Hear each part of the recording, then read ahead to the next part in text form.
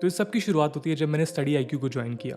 उससे पहले तक मैं काम तो करता था, पर मोस्ट ऑफ द टाइम उस काम में कंसिस्टेंसी नहीं होती थी। कभी एक दिन काम किया 12-13 घंटे और फिर उसके बाद 2-3 दिन चिल किया, फिर कभी आधे मन से काम किया, कोई फ्रीलांसिंग प्रोजेक्ट आ गया तो उसे कर लिया, नहीं तो पूरा दिन फिर ऐसे ही निकल गया। पर जब आप एक जॉब ज्वाइन करते हो तो you need to be consistent, और ऐसा वैसा कंसिस्टेंट नहीं, आपको एक फिक्स टाइम पे ही काम करना होता है। और इसलिए जब भी मैं किसी को नौकरी के फ़ायदे गिनाता हूँ तो उनमें से ये एक ज़रूर होता है कि आप कहीं ना कहीं पंक्चुअल हो जाते हैं, आप कहीं ना कहीं डिसिप्लिन्ड हो जाते हैं। तो आज के वक्त में लगभग 10 आवर्स का प्रोडक्टिव टाइम खुद के काम को दे पाता हूँ। It's not a self bragging, but मैं आपके साथ अपने एक्सपीरियंसेस शेयर करना चाहता हूँ कि अगर आप अपने जीवन में कंसिस्टेंट नहीं हो पा रहे हैं तो मेरी इस प्रोडक्टिविटी की जर्नी से आप क्या सीख सकते हैं। और उससे पहले आप में से कई लोग शायद ये भी सोच रहे हैं कि 10 घंटे काम करना यार इतना बड़ा टारगेट थोड़ी है, it's a very basic plan. तो इस सवाल के जवाब के रूप में मेरे 2 जस्टिफिकेशन है। पहला ये कि मैं 10 प्रोडक्टिव घंटों की बात कर रहा हूँ। ये ऐसा नहीं है कि आप सुबह 9 बजे काम पे बैठे और 7 बजे उठ गए तो आप ये कह रहे हैं कि आज मैंने 9 घंटे काम किया। मेरे केस में मैं अपनी वर्क डेस्क के साथ 12 घंटों के आसपास बैठता हूँ। उसमें से मुझे लगता है कि 10 घंटे ऐसे होते हैं जहाँ पे आई एम कम्प्लीटली फोकस्ड, मैं अपने डेली स्केड्यूल को फॉलो कर रहा होता हूँ। मेरा दूसरा जस्टिफिकेशन ये है कि अगर आपको कहीं से भी ये लग रहा है कि 10 घंटे पर्याप्त नहीं है और इलॉन मस्क तो 20 से 22 घंटे काम करते हैं, इसमें क्या सीखने वाली बात है, तो हो सकता है आप मुझसे एग्री ना करें, पर ये सब एक पर्सनल ब्रांड स्टैब्लिश करने के मार्केटिंग गिमिक हैं। और अगर आप एक इंसान हैं और आपकी बॉडी इंसानों की तरह फंक्शन करती है तो ये ह्यूमनली पॉसिबल ही नहीं है कि आप 1-2 घंटे सोकर अपनी प्रोडक्टिविटी को मेंटेन कर पाएँ। हाँ, ये आप 1-2 दिन तक कर सकते हैं। हाँ, ये हो सकता है कि किसी दिन काम ज़्यादा है तो आपने अपने सोने के टाइम को थोड़ा कॉम्प्रोमाइज़ कर लिया, पर वो भी एक सर्टेन एक्सटेंट तक पॉसिबल है। तो मुझे लगता है कि 10 प्रोडक्टिव घंटे एक बहुत अच्छा टाइम है अपने एम्स और ड्रीम्स को अचीव करने का, अगर आप कंसिस्टेंटली इसे फॉलो करें साल के 365 दिन, तो ये रूटीन इनफ है। तो आज मैं आपको ऐसी 4 टिप्स बताने जा रहा हूँ जो आपकी प्रोडक्टिविटी को फॉर श्योर इंक्रीज करेंगी, और इसको मैं भी हर दिन अप्लाई करता हूँ। Tip number 1 is write down. ये बहुत बेसिक साउंड कर सकता है, पर आपने पूरे दिन का एक शेड्यूल लिखना पहले ही दिन से आप में एक बड़ा फ़र्क ला सकता है। और इसके पीछे एक बेसिक ह्यूमन साइकोलॉजी है, और वो ये कि ह्यूमन बींग्स को सेंस ऑफ अकम्पलिशमेंट अच्छा लगता है, स्टेजेस क्रॉस करना अच्छा लगता है, लेवल्स को क्रॉस करना अच्छा लगता है, मिशंस को पूरा करना अच्छा लगता है। और इसी साइकोलॉजी को यूज़ करके ज़्यादातर गेम्स डिज़ाइन किए जाते हैं। और जब आप अपने डेली टास्क को अपने सामने टारगेट्स की तरह लिखने लग जाते हैं तो ये कहीं ना कहीं आपको एक चैलेंज करता है और आप एक इंस्टेंट मोटिवेशन को महसूस करेंगे इसके बाद। अब सवाल ये है कि इसको करना कैसे है। किसी ऐप में लिखना है, फिजिकल नोटबुक में लिखना है, या ऐसे करने का कोई स्पेसिफिक तरीका है, तो आप कैसे भी कर सकते हैं। ऐसे बस मेक श्योर कि वो लिस्ट ज़्यादातर समय आपके सामने रहे, ताकि आपको पता चलता रहे कि किसी भी काम में आपको कितना टाइम देना है और कितना काम अभी बचा हुआ है।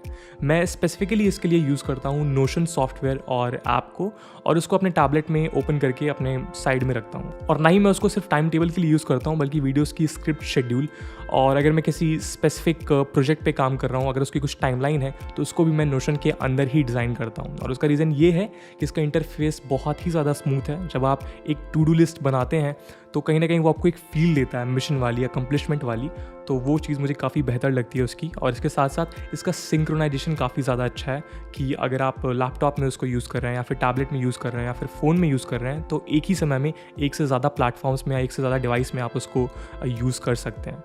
And if you want to use this software और ऐप, तो लिंक डिस्क्रिप्शन में है, आप वहाँ से जाके उसको डाउनलोड कर सकते हैं। Tip number 2 is cut it down. तो अगर मैं 21st सेंचुरी में रह रहा हूँ और अगर मैं आपसे कहूँ कि आप सब इग्नोर करें, ना जाने कितने डिस्ट्रैक्शंस आएंगे, आप तो बस खुद को टफ बनाएं, डिस्ट्रैक्शंस को इग्नोर करते जाएं, और you don't need to worry about distractions. तो पर्सनली मुझे एक कंप्लीट एडवाइस नहीं लगती। There is too much to ignore nowadays. And अपने आप को टफ बनाने के साथ साथ आपको अपने आसपास के डिस्ट्रैक्शंस को भी कम करना ही होगा। और मेरे लिए ये काफ़ी बड़ा चैलेंज था, क्योंकि मैं खुद मीडिया इंडस्ट्री से बिलोंग करता हूँ, और हमारी एज में तो सबसे आम डिस्ट्रैक्शंस होते हैं वो मेनली सोशल मीडिया से रिलेटेड ही होते हैं, like Insta, Spotify and now club house etcetera. And मैं चाह कर भी इन प्लेटफॉर्म्स को डिलीट नहीं कर सकता, क्योंकि अगर मैं चाहता हूँ कि मैं लोगों के बीच बना रहूँ तो मेरी सोशल मीडिया प्रेजेंस बहुत ज़रूरी है। और आप में से भी हो सकते हैं कई लोग डायरेक्टली या इनडायरेक्टली मीडिया या एजुकेशन इंडस्ट्री से बिलोंग करते हैं, तो आपके लिए वो सोशल इंटरेक्शन बहुत इंपॉर्टेंट हो जाता है, और इसकी वजह से आप कंप्लीटली आइसोलेट तो नहीं हो सकते इन सॉफ्टवेयर से। उस केस में बेस्ट चीज़ ये कर सकते हैं कि जिन मीडियम्स में आप काम कर रहे हो उनको आप सेपरेट कर लें। जैसे व्हाट्सएप मेरे लिए एक बहुत इंपॉर्टेंट ऐप है, तो मैंने पर्सनल व्हाट्सएप और बिजनेस व्हाट्सएप को अलग अलग बना कर रखा है और वो दोनों ही अलग अलग डिवाइसेस में लॉगिन है। तो जब भी मैं काम करता हूँ तो मैं सिंपली व्हाट्सएप बिजनेस को खोलता हूँ। हो सकता है कि किसी को ना भी बता तो मैं बता दूँ कि व्हाट्सएप 2 ऐप्स ऑफर करता है। पहला तो वो जो हम आप सब यूज़ करते हैं और इसके अलावा एक और ऐप है जिसका नाम है व्हाट्सएप बिजनेस। सो बेसिकली आप बिना किसी डबल इंटरफेस ऐप को यूज़ किए 2 व्हाट्सएप ऑपरेट कर सकते हैं। तो अगर आपको लगता है कि आप व्हाट्सएप काम के लिए खोलते हो पर फिर बाकी मैसेजेस की वजह से डिस्ट्रैक्ट हो जाते हो, सो ये आपके काम आ सकता है। And same goes with Instagram and other app. अब इंस्टाग्राम में मेरी प्रेजेंस इंपॉर्टेंट है पर वो मेरी डे टू डे लाइफ में इतना काम नहीं आता, तो मैंने उसे उसी डिवाइस में लॉगिन करके रखा हुआ है जिसमें मेरा पर्सनल व्हाट्सएप लॉगिन है। और मैं कभी भी उस डिवाइस को जिसमें मेरी पर्सनल अकाउंट्स लॉगिन है उनको कभी भी अपनी वर्क स्पेस के पास नहीं रखता, टू मेक श्योर कि मेरे इंसानी जज्बात मेरे ऊपर हावी ना हो जाएं और मैं अपना कंट्रोल ना खो दूँ। तो इसलिए आई सेपरेट माई ऐप्स ताकि जब मेरा सोशल इंटरेक्शन का मन हो तो मैं उसी में इंगेज रहूँ, मेरा काम मुझे परेशान ना करे या फिर स्ट्रेस ना पैदा करे, और जब मैं काम करूँ तो ये डिस्ट्रैक्शंस मेरे ऊपर हावी ना हो। तो अगर इस बात को मैं कंक्लूड करूँ तो उसका बेसिक मतलब यही है कि आप अपने ऐप्स और सॉफ्टवेयर्स को 2 डिवाइसेस में अलग अलग लॉगिन कर सकते हैं। Tip number 3 is sleep enough. तो ये हो सकता है कि पहली बार सुनने में कोई डायरेक्ट कनेक्शन ना लगे, पर जब आप इनफ नहीं सोते हैं तो आपकी बॉडी में एक स्ट्रेस रहता है और एक फटीग रहता है और फिर आपके लिए फोकस कर पाना मुश्किल हो जाता है। और एक बार आपकी स्टडी टेबल पे बैठने के बाद आपके शुरुआती 1-2 घंटे बहुत ज़्यादा मैटर करते हैं। इवन आई कैन से कि आपके पूरे दिन की दिशा डिसाइड कर सकते हैं। और अगर आपने पूरी नींद नहीं ली है तो फिर आप डिस्ट्रैक्शंस के लिए एक वल्नरेबल टारगेट बन जाते हैं। और एक बार आपने अपना कंट्रोल खो दिया तो आप 1 घंटे के अंदर ही अपने आप को इंस्टाग्राम पे रील्स या यूट्यूब की फ़नी वीडियो देखते हुए पाएंगे और फिर ये लूप सारा दिन चलती रहेगी and at the end of the day आप रिग्रेट करेंगे उस चीज़ को लेके। अब सोना कितना चाहिए दैट्स अ सब्जेक्टिव थिंग, पर 6 से 8 घंटे की बीच की नींद can act enough for you. Tip number 4 is the arrangement. आप एक ऐसी जगह को इमेजिन करिए जहाँ पे आपके आसपास 200 बुद्धिस्ट मंक बैठ के मेडिटेशन कर रहे हो और अपने रिचुअल्स को परफॉर्म कर रहे हो। तो भले ही आपके अंदर कितनी भी अशांति हो, कितने भी दुख हो, पर जितने भी टाइम आप उस इन्वायरमेंट में रहेंगे आप बेहतर महसूस करेंगे, क्योंकि आपके आसपास के लोग, आपके आसपास की सराउंडिंग आपके सबकॉन्शियस माइंड को मैसिवली अफेक्ट करती है। जब आप सबसे पहले अपनी स्टडी टेबल पे जाते हैं तो पहली चीज़ क्या देखते हैं? आपकी टेबल अरेंज है या नहीं, आपके लैपटॉप का वॉलपेपर क्या है, आपके सामने फैली हुई किताबें, ये सब मिलके आपके दिमाग का प्रोडक्टिव फ्रेमवर्क तैयार करती हैं। तो आप जब भी काम करने बैठें, पढ़ने बैठें, मेक श्योर कि उस जगह को आप बिल्कुल वैसे ही रखें जैसे वहाँ पे एक मंक मेडिटेशन करने बैठ रहा हो।